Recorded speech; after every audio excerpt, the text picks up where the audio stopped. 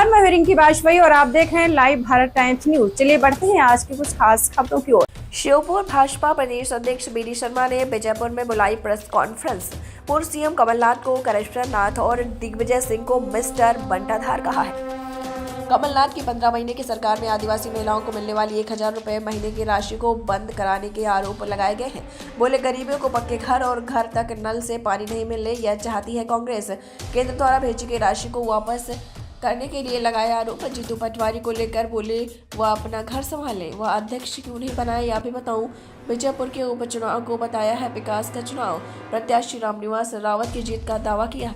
श्योपुर से bureau chief Keshav Batham की report. Bijapur विधानसभा के उपचुनाव में भारतीय जनता पार्टी के सभी कार्यकर्ता अथक मेहनत और परिश्रम के साथ जुटे हैं। मध्य प्रदेश के अंदर 2 उपचुनाव है, बुधनी का और बीजापुर का।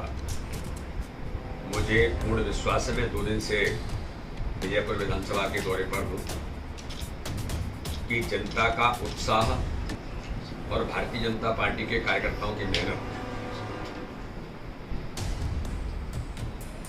ये बताती है कि इस चुनाव में भारतीय जनता पार्टी विजय का इतिहास बनाएगी।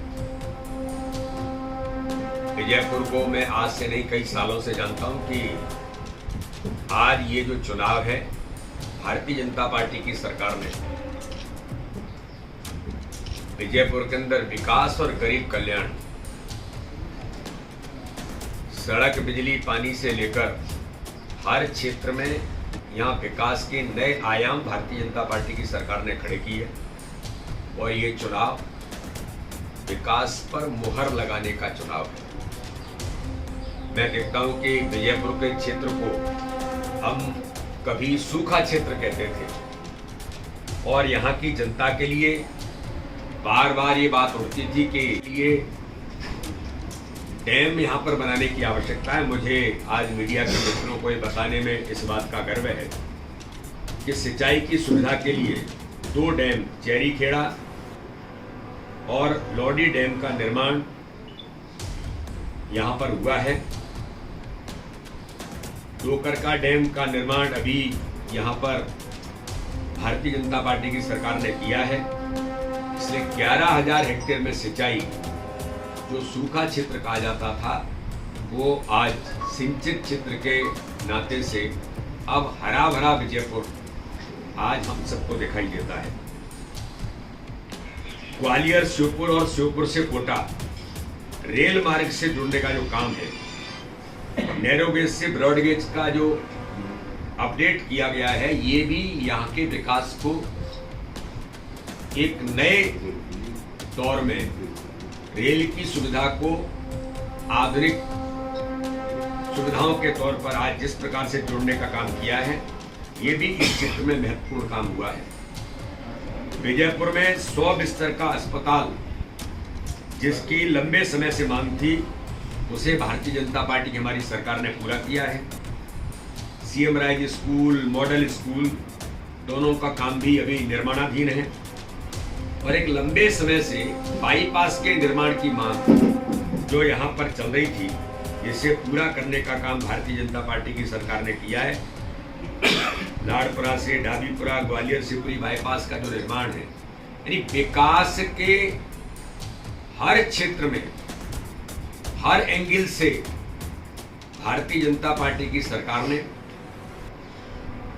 जो एक इंफ्रास्ट्रक्चर खड़ा करके बीजापुर को विश्व पटल पर लाने का काम माननीय प्रधानमंत्री नरेंद्र मोदी जी स्वयं यहाँ पधारे और माननीय प्रधानमंत्री जी ने उन्हों के अंदर चीता प्रोजेक्ट का शुरुआत करके बीजापुर को विश्व पटल पर वो लेकर के आए।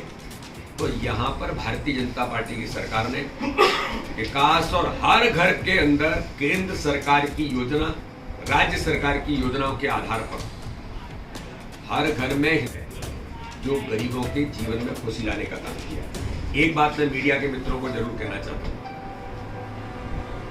कि लाडली बहना योजना भारतीय जनता पार्टी की सरकार ने जब मध्य प्रदेश के अंदर शुरू की, हमारी महिलाओं की, बहनों के सशक्तिकरण के लिए, आज इस योजना के माध्यम से हमारी बहनें सशक्त हो रही हैं।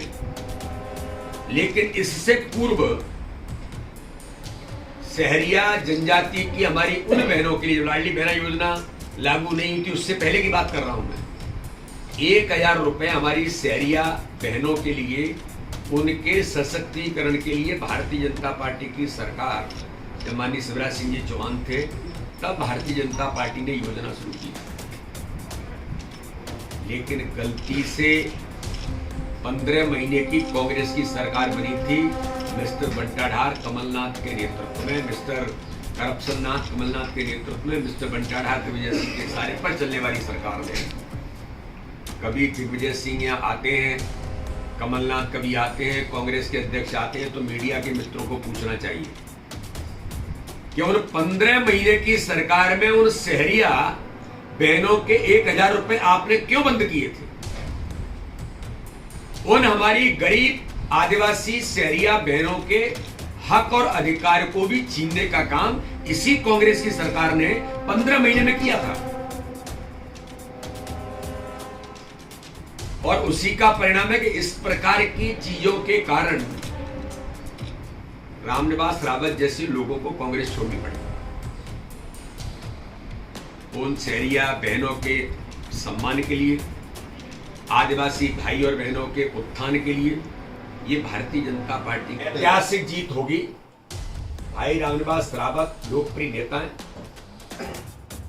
अपने स्वभाव और व्यवहार से जब वो उधर थे तब भी जीतते आए थे, और आज विकास के मुद्दे पर, गरीब कल्याण के मुद्दे पर माननीय प्रधानमंत्री नरेंद्र मोदी जी के नेतृत्व में माननीय रामनिवास रावत जी ने भारतीय जनता पार्टी में आकर के इस क्षेत्र के विकास को सुनिश्चित करने के लिए ताकत दी, और इसीलिए आज ये चुनाव विकास और गरीब कल्याण पर उनकी मेहनत के बल पर और भारतीय जनता पार्टी के संगठन की जो ताकत है, एक एक कार्यकर्ता बूथ पर, मैं कल से यहां पर हूं, एक एक कार्यकर्ता बूथों पर जुटा है, हर बूथ पर हम चुनाव जीते हैं।